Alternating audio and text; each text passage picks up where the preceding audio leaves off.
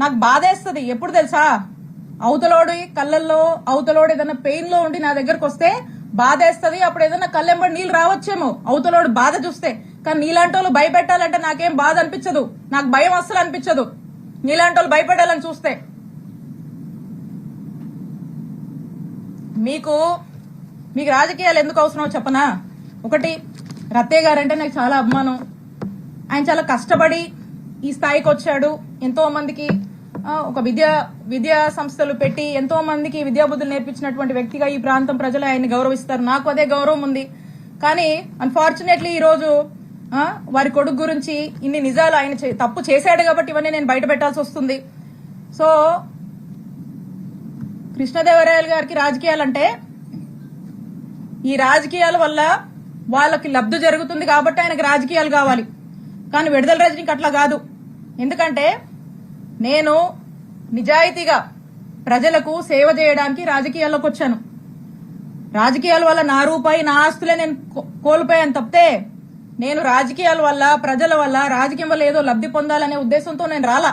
నాకు అవసరం లేదు కూడా, బై గాడ్స్ గ్రేస్. మీరు ఎలా అంటే ఒక ఉదాహరణ చెప్తాను. కృష్ణదేవరాయలు గారు మా ప్రభుత్వంలో విశాఖపట్నంలో కొన్ని ఎకరాలకు సంబంధించినటువంటి ల్యాండ్ డీటెయిల్స్ ఉన్నాయి, డీటెయిల్స్ కావాలంటే మీకు కూడా ఇస్తాను. కొన్ని ఎకరాలకు సంబంధించినటువంటి ల్యాండ్ ఉంటే ఆ ల్యాండ్ ని అప్పుడు టీడీపీ గవర్నమెంట్ లో వాళ్ళ చుట్టూ తిరుగుతా వాళ్ళ ఈల అప్పట్లో.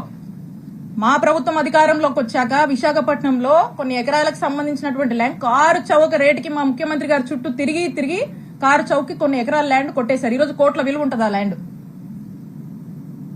అలాగే ఒక చెరువుకు సంబంధించిన ల్యాండ్ మీద కూడా కన్నేసి అది కూడా తీసుకోవాలని తిరుగుతా ఉన్నాడు. అది ఒక స్టేజ్ లో ఉంది. బహుశా మరి చేశారేంటో నాకు తెలియదు, దాని మీద క్లారిటీ లేదు. ఇప్పుడు కూడా అది మా ప్రభుత్వంలో, మా జగనన్న ప్రభుత్వంలో అలా ఆ ల్యాండ్ ని కొట్టేశారు. కోట్ల విలువైన ల్యాండ్ కారు చౌక్ కొట్టేశారు.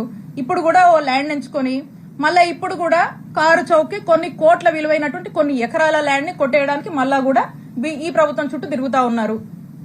ఎందుకంటే ఒక ల్యాండ్ ఎంచుకోవడము, దాన్ని కారు చౌక్ గా దాన్ని ప్రాసెస్ చేసుకోవడము, దాన్ని కొట్టేయడము, ఇది వీళ్ళు అంటే రాజకీయాల వల్ల వీళ్ళ ఆస్తులు పెంచుకోవడానికి వీళ్ళు చేసే పనిది. మాకలా కాదు, మీలాంటి ఉద్దేశాలు మాకు లేవు. రాజకీయాల వల్ల మేము బతకడానికి మేము రాలా. మా రూపాయి మేము పోగొట్టుకున్నాం. మాకు ఒప్పుకున్నంత వరకు చేసుకుంటాం, నిజాయితీగా చేసుకుంటాం. మా నాయకుడిని మేము నమ్మాము, మా నాయకుడి కోసం కష్టపడతాం. మీరు ఎన్ని ఇబ్బందులు పెట్టినా మేమేం పారిపోం. మా పార్టీ కోసం నిలబడతాం, మా కార్యకర్తల కోసం నిలబడతాం, మా ప్రజల కోసం నిలబడతాం, పనిచేస్తాం. మళ్ళా మా నాయకుడిని ముఖ్యమంత్రిని చేసుకునే వరకు ఖచ్చితంగా కష్టపడతాం. మీరు ఎన్ని ఇబ్బందులు పడ్డా మేమేం పారిపోము. ఇంకా కృష్ణదేవరాయలు గారు అనుకుంటా ఉన్నారు, నాకు వైఎస్ఆర్ కాంగ్రెస్ పార్టీలో ఒకరిద్దరితో పరిచయాలున్నాయి, ముసుగులో ఒకరిద్దరితో పరిచయాలున్నాయి, ఆయన టచ్ లో ఉన్నాడని ఆయన భావించి ఆ ఒకరిద్దరు రేపు వైఎస్ఆర్ కాంగ్రెస్ పార్టీ గవర్నమెంట్ వచ్చినా కృష్ణదేవరాయల్ని కాపాడుతారు అనే భ్రమంలో ఆయన ఉన్నాడు. ఆ ఇద్దరు, ఆ ఒక్కరు, నువ్వు ముసుగులో ఉన్న ఏ ఒక్కరు కూడా నిన్ను కాపాడలేరు అని నేను క్లియర్ గా చెప్తున్నా. నిన్ను కాపాడలేరు, అది నీ భ్రమే. కాబట్టి ఇప్పటికైనా మీరు చేస్తున్న పాపాలన్నీ అందరికీ తెలుసు. ఈరోజు ప్రజలు కూడా చూస్తున్నారు, అందరూ గమనిస్తున్నారు. ఇవన్నీ విత్ ఎవిడెన్సే నేను మాట్లాడా. మీరు మళ్ళీ ఇంకో కట్టు కథ పెట్టుకుని ఇంకొంచెం బ్యాచ్ ని మళ్ళీ పెట్టి మళ్ళీ కొంతమంది ఆర్టిస్టులను దింపి అదిగో ఇదిగో అని మాట్లాడించవచ్చు. కాదు, నేను చెప్తా ఉన్నా, పోసాని గారు అప్పుడెప్పుడో మాట్లాడారని చెప్పి తర్వాత ఇన్ని సంవత్సరాలకు తెచ్చి చుట్టూ తిప్పారు కదా, ఇబ్బందులు పెడుతున్నారు కదా. అదే రాజ్యాంగం మాకు కూడా వర్తిస్తుంది కదా. ఇష్టం వచ్చినట్టుగా వచ్చి కూర్చొని ఇష్టానికి మాట్లాడిపోతే మాట్లాడినోడు ఎవరిని కూడా వదిలిపెట్టనని చెప్పి తెలియజేస్తున్నాను.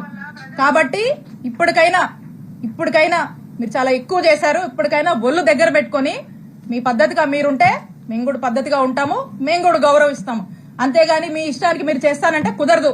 ఒక్కటే తెలియజేస్తున్నా, మాకు టైం వచ్చినప్పుడు చిలకలూరుపేట నుంచి వడ్లమూడి విజ్ఞాన యూనివర్సిటీకి ఎంత దూరం ఉందో వడ్లమూడి విజ్ఞాన యూనివర్సిటీ నుంచి చిలూరుపేటకు కూడా అంతే దూరం ఉంటుందని గుర్తు చేస్తా ఉన్నా. కాబట్టి ఏది మీరు ఎన్ని ఇల్లీగల్ కేసులు పెట్టినా, ఎన్ని ఇల్లీగల్ గా మీరు కట్టుకథలు వెళ్ళినా, మీరు ఏం చేసినా కూడా మాకు ఇన్స్టిట్యూషన్స్ మీద నమ్మకం ఉంది.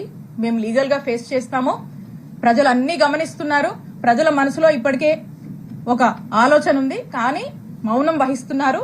సమయం వచ్చినప్పుడు మంచిగా బుద్ధి చెప్తారు. కాబట్టి ప్రజల మీద మాకు నమ్మకం ఉంది, మా నాయకుడి మీద ప్రజలకు నమ్మకం ఉంది. టైం వచ్చినప్పుడు ఖచ్చితంగా ప్రజలు మీలాంటి వాళ్లకు